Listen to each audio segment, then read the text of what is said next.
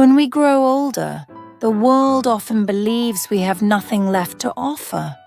They forget that behind the wrinkles are decades of living, loving and learning.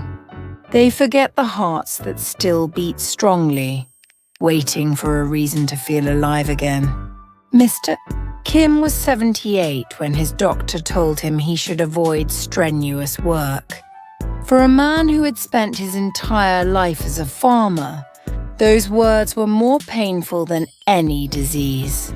His children had moved abroad, his wife had passed away 10 years earlier, and his fields were now leased to younger men.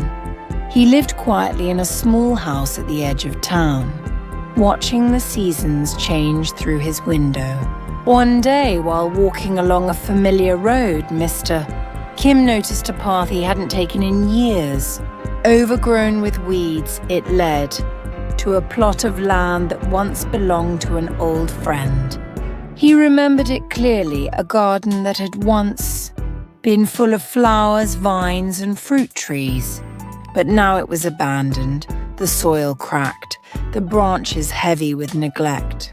He stood there for a long while, leaning on his cane, listening to the quiet rustle of the wind through the forgotten place. Something stirred in him, a memory of his younger days, when the earth was his constant companion, and the joy of growth was his reward. The next morning, he returned with a small shovel.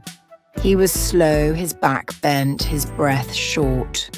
But he knelt on the ground, pulled at the weeds, and loosened the soil.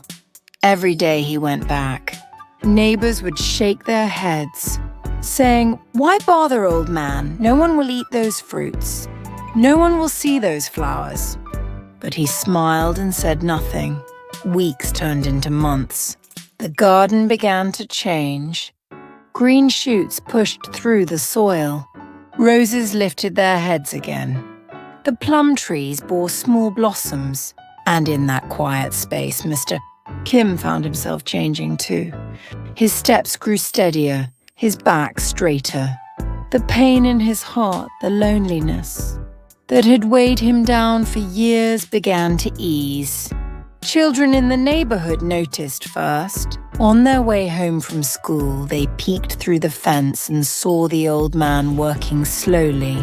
Sweat on his brow, dirt on his hands. At first, they only whispered. But soon, curiosity pulled them closer. "Grandpa, what are you planting?" a little girl asked one afternoon. Mr. Kim looked up, surprised by her voice. He handed her a small seed. "Life," he said simply. "Would you like to help me?" From then on, the children came regularly. They watered the plants, carried small buckets, and learned how to press seeds into the earth.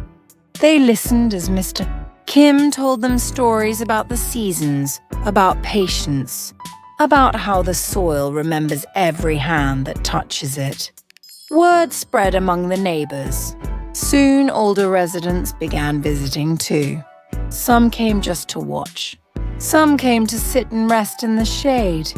Others brought tools and seeds from their own homes. What had begun as one old man's quiet effort turned into a gathering place for the entire community. By the end of the year, the garden was unrecognizable. Sunflowers rose tall, bright against the sky. The air smelled of jasmine and mint. Trees bore apples and plums, which the children picked and shared. People brought benches, and someone painted a sign, "The Living Garden." And in the center of it all was Mr. Kim, smiling more than anyone could remember. His loneliness had been replaced by laughter. His forgotten days had become the heart of something new.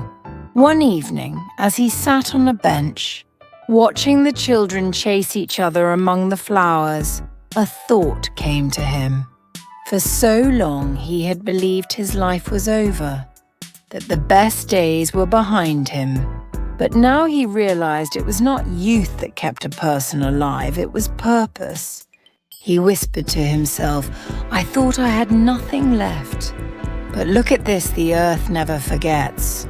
It gives back to anyone who still believes. The garden grew year after year. Even when Mr. Kim's hands became too weak to hold a shovel, the children he once taught continued the work. And whenever they picked fruit or smelled the flowers, they remembered the old man who showed them that even in the late autumn of life, one can still plant spring. Life often tells seniors to step aside, to sit quietly, and fade into the background. But Mr. Kim's story reminds us of a truth: the later years are not an ending. They can be the beginning of something that touches lives beyond our own. If you are older, if you are listening to this and feel forgotten, remember this: you still hold seeds within you.